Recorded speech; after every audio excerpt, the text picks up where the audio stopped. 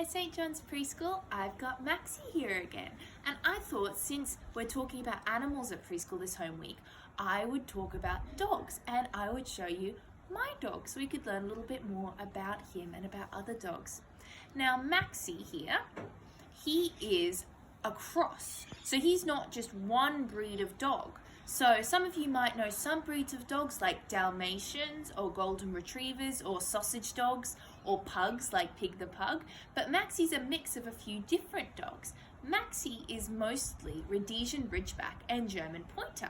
Now what that means is when he gets very excited, he gets this big line down his back, which they call the ridge, and it gets all dark, and that's his Ridgeback. But what Maxie also does, which is like a pointer, Maxie, can you sit for me? Come here. Is he loves to use his paw to point. He's getting a little bit tired now. If he sits up, I can show you. Come. Good boy. Give me a paw. There we go. That's his paw. He loves to give me his paw. Right now, he's in his favorite spot with me, which is on a picnic rug in the sunshine. So what he wants to do is lie down and have a little bit of a cuddle, because he's a very cuddly dog. And so that's the sort of dog that Maxie is. It means that he is a big-ish dog, not huge, but pretty big.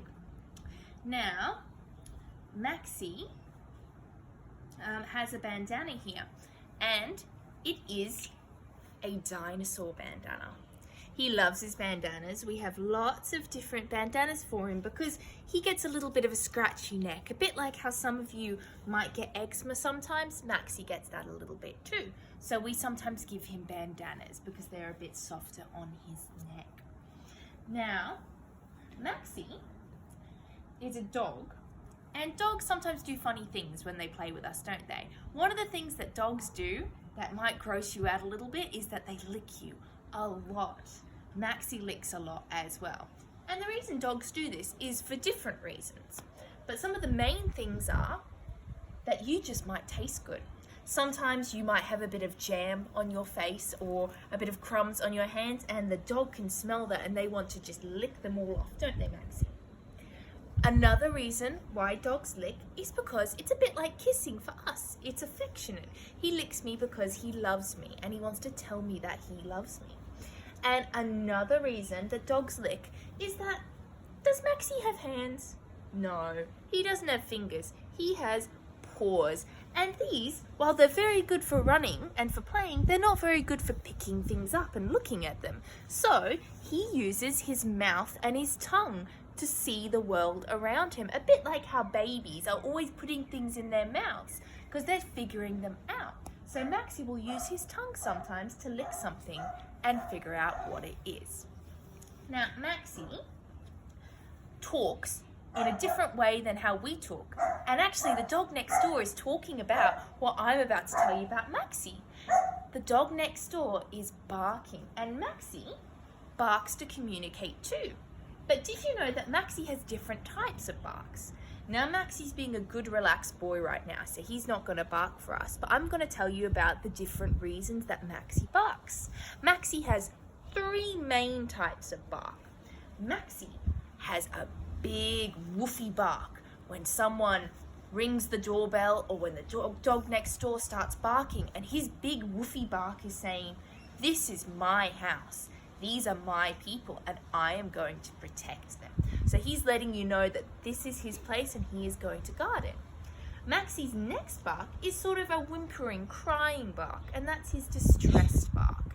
He gives that bark when he's hurt or when he wants something or when he's sad. Often when me or one of my family members leave the house, he'll do his sad bark because he doesn't want us to go. And the last bark that Maxie has is his excited bark, and that's my favorite bark because it sounds like a woo woo woo bark. And that sort of bark is what he does when we come home. When he's been by himself, when we come home, and he will be so excited and he'll do his big woo woo bark to greet us home. But there are different reasons that doggies bark. So if you hear a doggy barking, it doesn't mean that it's angry. It just means that it's talking for whatever reason. Now, I thought that we could have a little talk about how you greet dogs. Because dogs, we all want to pat them and we all want to cuddle them. But sometimes we shouldn't. Now, the thing that we should always do when we see a dog that we want to say hi to is we need to look for their owner. If they don't have an owner, we stay away from the doggy because we don't know if she wants to be patted or if she wants to be left alone. So if the owner's not there, you leave the doggy alone. If the owner is there, you can go over to the owner and you can say, "Excuse me, can I say hi to your dog?" Or "May I pat your dog?" And if the owner says no, you have to respect that. Maybe the doggy's a little bit tired or a little bit shy and doesn't feel like being patted right now. But if the owner says yes, what you can do first is what I like to do when greeting a new doggy. Maxie, could you sit up for me so we can show the children a little bit better? Now, what I like to do is I like to put my hand in a fist, not a hard fist, but just a little fist, and I like to give it to the doggy and let them sniff it. Now, Maxie's not sniffing my fist because he knows me and he knows my smell already. He doesn't need to. But a doggy who's greeting someone for the first time will give them a bit of a sniff so they can figure out what they smell like and whether they're friendly.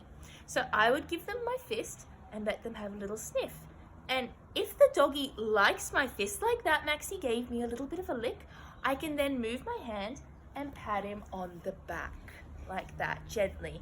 I don't want to pat his face because he may not like that.